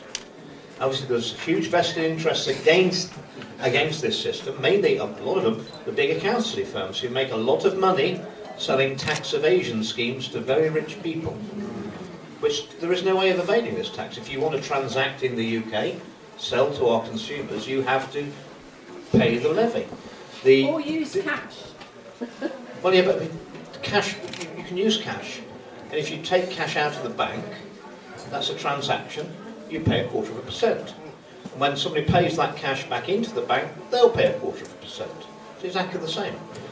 The differences would be if you transacted on a transaction that was going to be not completed both sides in a UK bank in the system, you'd have to pay 0.5%. Because obviously we're not going to get the other side. So if you went to a bank and said, I want to draw out £1,000 worth of euros, obviously you're going to spend those outside the UK and we would tax you 0.5%. If you were to buy something from abroad, the receiving bank will be not in our system, you'd have to pay 0.5%. That gives goods manufactured and sold in the UK a slight advantage over another. That they are, and the only bits that would clearly be not under the banking transaction tax would be accounts held, personal accounts or corporate account held with the same beneficiaries. So if you had a deposit account and a current account and you wish to move money between those accounts, and it might be in your name or you and your partner's name, there would be no tax for you moving money between your own accounts, clearly. Yeah, I mean, the only other concerns I had about that was obviously the thought of dropping, taking excise duties, which are taxes, dropping cigarettes from £15 a packet to £4 may have, consequences. So I would certainly get rid of the excise duties on beer and lager and wine. You'd be glad to hear. But as far as hard spirits, I mean, dropping a bottle of whiskey from £20 to a £5 might not be the most responsible thing to do on day one. So I would propose that we dropped all those tobacco and alcohol taxes by 20% a year over 5 years, with a committee that looked at the changes in social behaviour as a result of those tax reductions. But apart from that whole system, and clearly what you've got is a lot of corporations who pay tax outside the UK, like to transact in the UK, don't want to pay tax here, maybe paying tax in Ireland. Well, every one of their transactions that they take place in the UK, they would have to pay the tax. It also means that you would never have to make a tax return, right? Because your bank statement would be your tax return. You don't have to go to an accountant for a tax return. You don't need one, a bank statement. We'd also be able to get rid of 90% of the staff at Inland Revenue, because they won't be going around to see you. All we have to do is send them round to the banks to make sure they're collecting the tax properly. And banks need plenty of regulation, I can tell you, and a sharp eye on their behaviour.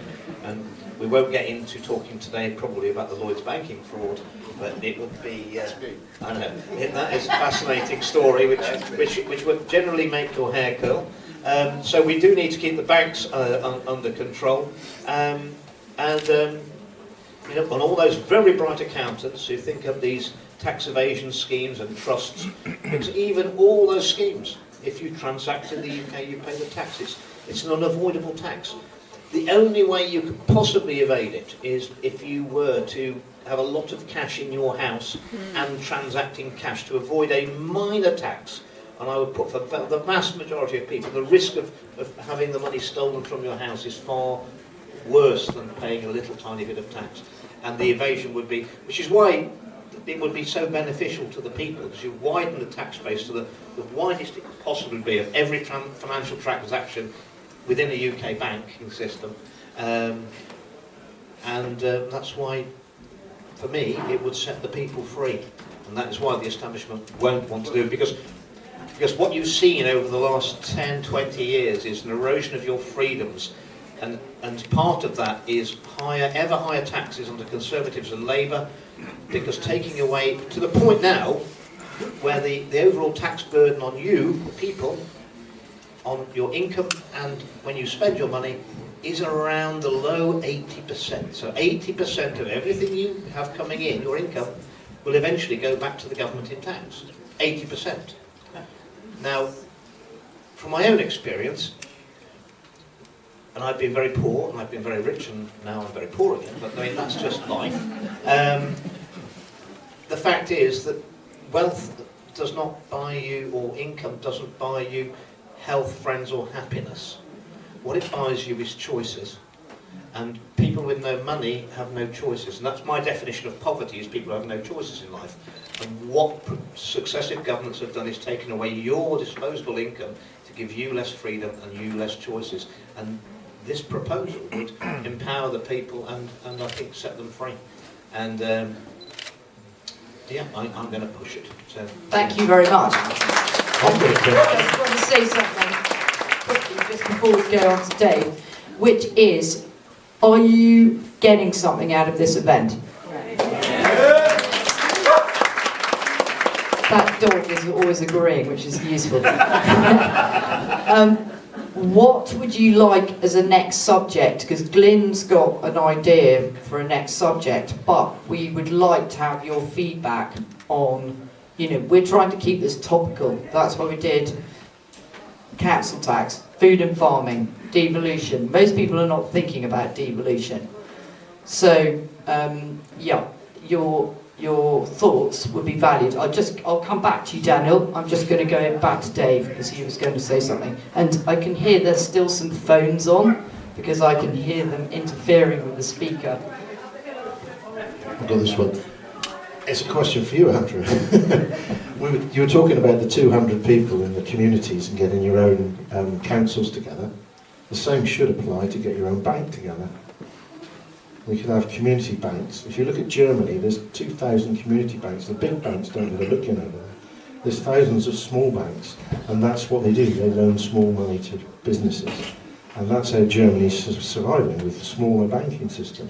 We've got the 5 big banks, and as you know, they're all as corrupt as they can be to the core. We could have community banks and operate that system ourselves. And otherwise, the banks, like Lloyds and the big boys, they're going to put their own fees on top of that percentage fee. Absolutely, yes. Local is best, and well, we used to have a lot of banks in this country, didn't we? I mean, there were and some of them. I think I did see a note for some bank in a small town in Cornwall, where they actually issued their own money. It was a local bank note. We used to issue our own coins at the Stannery. I know, they've always been a bit dodgy in Cornwall, haven't they? So, yeah. But ultimately, we've just got to break out of this ever more and if you actually think about the things that have gone wrong in the UK and around the so-called developed world over the last 5 years, they could only have been perpetrated against us with centralisation of power. I'm talking about a centralised health service, a very centralised governmental management system. If everything was devolved, they'd never have the ability to manipulate the people and perpetrate what's been done to us, either financially or regarding to our health or our democracy ever again. Thank you. There's Glyn now. Well, if Dave can ask Andrew a question, I'll ask Andrew a question as well. Andrew, might there be an appetite with your barrister to explore leading or heading a class action against the council tax on behalf of the public. There's a number of grounds that you could challenge that on, which is the criminal being fed by the consolidated fund. There's also the civil action that David has actually outlined as well. With that action in play, there is lawfully, people then can withhold the council tax until that is determined. And as we know, there are shenanigans around the determination of these things. So it may be a lawful approach that people can withhold the tax. It's very simple. It's on a focus of the class action. So there's a support around that. And my sense is that will probably have traction and generate an awful lot of public interest and support for you. I'm very supportive.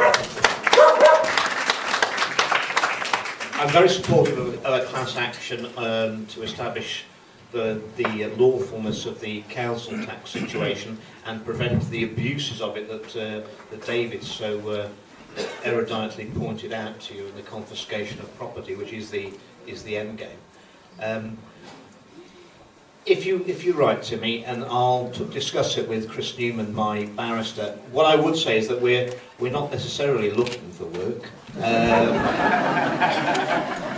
Unfortunately, as you will have seen with David Cartland, who fell foul of the GMC in that kangaroo court only last week, they use the regulators to destroy people. We're in a perverse situation in this country and the world now, where people who do the right thing and stand up and tell the truth are destroyed, and those who are willing to lie and deceive you, they will get promoted. And a lot of that is done through professional regulators, whether that's the GMC, the Solicitors Regulatory Authority. All of these regulators have taken money from the World Economic Forum through something called the Regulators Pioneer Fund. Over many years they've been bought and controlled. And so that's why, when I spoke out against the vaccines in December 2022, since that moment, having been an MP for 12 years at that stage and not really had any interaction on an individual level with parliamentary standards, I had 3 back-to-back investigations into me from the moment I spoke out about the vaccines. Now I know that my barrister is trustworthy and good. How do I know that? Because the moment he started working with me in a couple of other cases, he's had 4 investigations by the Bar Standards Board. Right?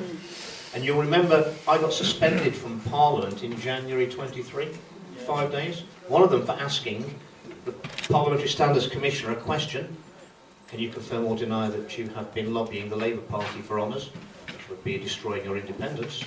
You're asking political parties. And she said that I intimidated her by asking her that question, and so I was suspended for 3 days from the House without pay. Turns out that 4 weeks later, the chair of that committee, Chris Bryant, do you remember Chris Bryant in his underpants on Tinder? Yeah. The member for Rhondda at the time. Yeah. He was the chair of the Standards Committee. He got a knighthood 4 weeks later. Turns out it was his knighthood. He didn't recuse himself. And so what happened? Katherine Stone, the Parliamentary Standards Commissioner, had breached her independence, and this is where it gets into a real conspiracy theory. She'd got a new job lined up in 4 weeks' time. Her term was finished. She didn't want to admit to me that she'd broken all the rules of independence by asking the Labour Party to give Chris Bryant a knighthood and asking for a favour. Yeah. So he got his knighthood, she got her new job. Guess where her new job was? And he's going to sort her out. She's chair of the Bar Standards Commission that's actually attacking my barrister now. So she had a job where she cracked down on MPs who ask uncomfortable questions, to now she cracks down on barristers who take on and fight uncomfortable cases against the establishment. It's a big club. It's a and racket. you're not in it. Thank you very much, Andrew. Now, I'm just going to bring in Chris Coverdale here. Do you want to stand up, Chris? Because Chris is running a workshop tomorrow on the Freedom Co-op Southwest, which we're setting up, and he's got a lot to say about the council tax and withholding tax lawfully. Yes, I just really wanted to congratulate Andrew. We need to make sure that in future, not only do we have a new system for gathering taxes, but more importantly, a new system for spending them that is based on the people doing it and not centralised government. And that really is the issue. And tomorrow, not only do I want to go into some of the details on the criminality, that it's actually a criminal offence in this country right now to pay tax, including all the taxes, the council taxes, inheritance taxes, all the ones that supporting terrorism, and the International Criminal Court Act and genocide. So it's terrorism and genocide we are supporting when we pay tax. We need to know how to stop doing that, and tomorrow we'll do two things. One is to look at the details of both individual and corporate trusts, where you can put all your taxes into trust on condition that all the money will be spent for lawful purposes and none of it will be spent for a criminal purpose. Now that's a very powerful instrument which we can start to go into more detail tomorrow. The other side of it is that we need to get together as local communities to know how we're going to work together to ensure that all our money is spent on issues we choose, and we'll be doing this through the local multi-stakeholder limited liability community platform cooperatives, which you can find out about more tomorrow. Thanks. Thank you very much. And we could spend money on things like a nice income for these lovely gentlemen here, and for Chris Coverdale and for Sandy, so that they can go on nice holidays to the Caribbean or whatever. Over to Steve. Hello, Steve Cook. You mentioned about this tax system, and you said you wanted to impose a small amount of money on all banking transactions. Surely this actually requires the City of London to be involved. And as we know, the City of London, the square mile as such, doesn't actually come under British law at all. In fact, actually, I think they're under Roman civil law, in which case they're just going to say, no, we're not going to do it. So your banking system will fall flat. But can I sort of add to that?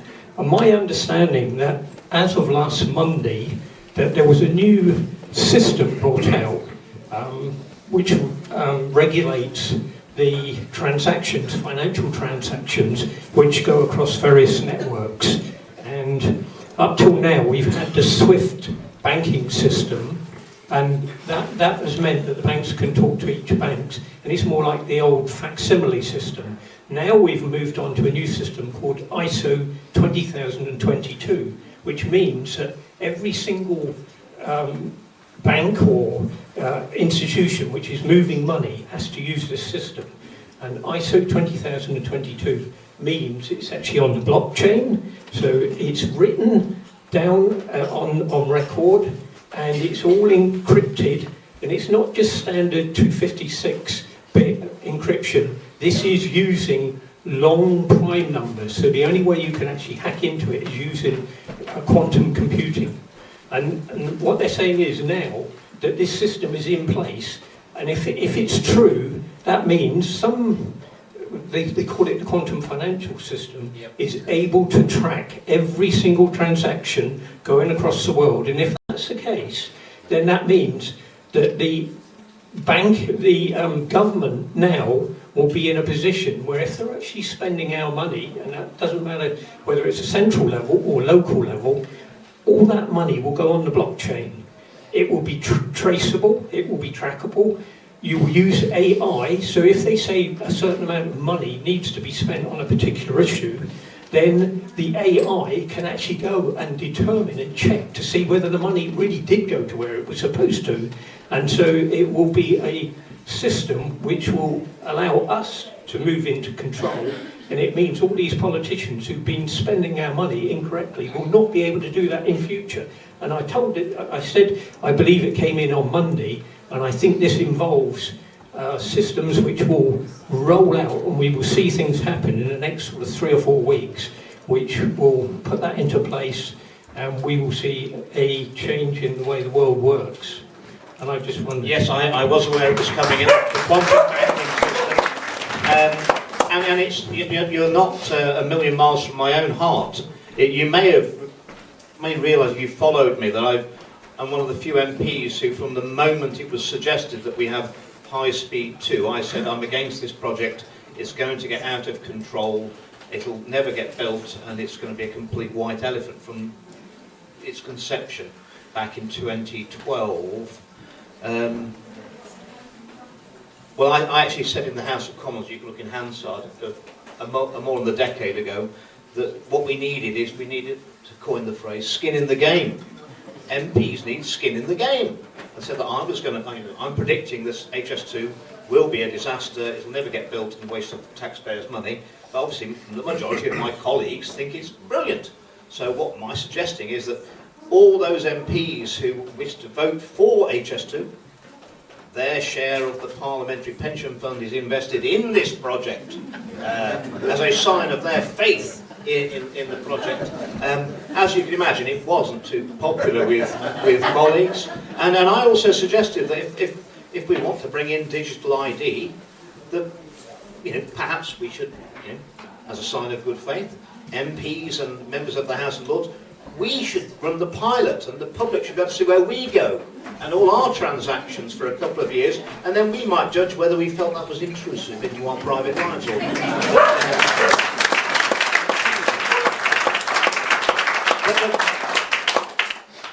If the quantum banking system is as it has explained to be, and that was the basis that I was told was going to come in, that also means that any illegal activity will never be able to be erased from the banking system. You'll be able to find out the money that's gone to pay for arms dealing, drug dealing, child trafficking, people trafficking, and everything else. And eventually, the crimes, those people can be held to the crime. But that's only if we have decent, honest, moral people at the top of our organisations. Otherwise, it all falls down. There's Daniel was going to say something about future events, ideas for future events. Yes, so one suggestion or one idea is in relation to the role of media, because from my understanding, I mean, going back to a question that came to you, Andrew, earlier about where you trace ultimately the source of power and influence from. Without going too conspiratorial, okay? But the secret societies, like Skull and Bones and various others, all have allocation of certain control of influence in world affairs, such as food, oil, and media is another one. And top of that list is media. And obviously, I'm sure most people are aware that because essentially if you can control the narrative, you control everything else. So that is the top of the list for these secret societies is the media. So I think some kind of inquiry into media and understanding, because of kind of where all the mainstream media, you can trace them back to and who owns them, and maybe a look at a potential for creating a new media as well. Some suggestion, especially in relation to the climate context, or the COVID one. Well, I think what we've actually had across all corporate entities is we've had the complete failure and the disappliance of the monopolies and mergers. So you've allowed corporations to become more powerful than nations.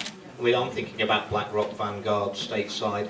I mean, corporations that do have more power than very, very large countries. And that can't be right. You're absolutely right about the media. I think it's Malcolm X, that my favourite quote from him is that he said once that the media is the most powerful thing in the world, because it has the ability to make the innocent guilty and the guilty innocent. And they do that on a regular basis. And I've seen it in Parliament, I've seen it when all of these media entities, and they're in the lobby, it's called the lobby, you've got every media, the best people they've got in the BBC, ITV, Sky, Channel 4, Channel 5, every newspaper, they all want to be in the lobby in Parliament, don't they, and meeting the MPs. And you give them a story, and that post office scandal in 2013, I went to every journalist at all of those entities, and I said to them, here's all the evidence, there's the Fujitsu whistleblower statement, all of those 1,000 convictions are unsafe, run this story and you will win an award for journalism. And the fact is that because of the control of our media, we do not have a free press. Not one of those journalists was able to run those stories 10 years before it was, and everything that was in that Mr. Bates and the post office, I'd said that in Parliament, it's all in Hansard 10 years before, and every journalist knew, but they didn't. And by the way, that Mr. Bates and the post office is actually a cover-up. It's made by ITV. I went to them in 2014. They wouldn't run the story. They ran it in 2024, January 2024. They ran that story. The reason they didn't run it in 2014 is because Adam Crozier was the chief exec of ITV, and he was in charge of the post office between 2000 and 2010, when most of the Horizon damage was done. He was kept out of the post office investigation and exonerated. And if you'll notice in Mr. Bates and the post office, they blame it all on Paula Venables, who was culpable. But the main person who was culpable running the post office, who ran Royal Mail and the post office together, was Adam Crozier, and he's kept out of it. It was made by ITV. So even that disclosure was a massive distortion of the media. So it's on so multi levels. They're playing such games with you all the time that even when they disclose, it's not the full picture, because it's certain people are protected.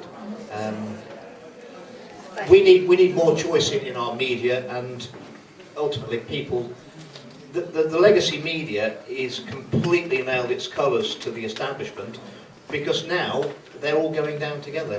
They cannot disassociate their comments and how they've reported the news. And the biggest power they actually have is not what it's not reporting. They decide what is the news and what isn't newsworthy of being reported. The ability to disregard certain stories is their biggest power. What we need is much more diversity of news sources, and we are getting that through social media, and we must protect that right of freedom of expression, because without that we have no other freedoms whatsoever. Thanks, Andrew. Last 1 minute question, and then it's lunchtime, but there'll be more time for discussion later. Andrew, I loved your talk this morning. Is it I will do a transcript of it. Is it okay circulating it, or are you with reservations or without? No, I'm perfectly happy to stand on what I said, because it was all the truth. Great, okay. If you want to receive it, you have to sign up to Catherine's website. Just give me your name, and it says subscribe, so subscribe and you'll get it. Simple as that. There we are. Thank you, everyone. Lunch downstairs. There's 12 tribes, and Bell's got some food, and there's teas and coffees, and we're back here at 1:30. Thank you. And donations for Andrew.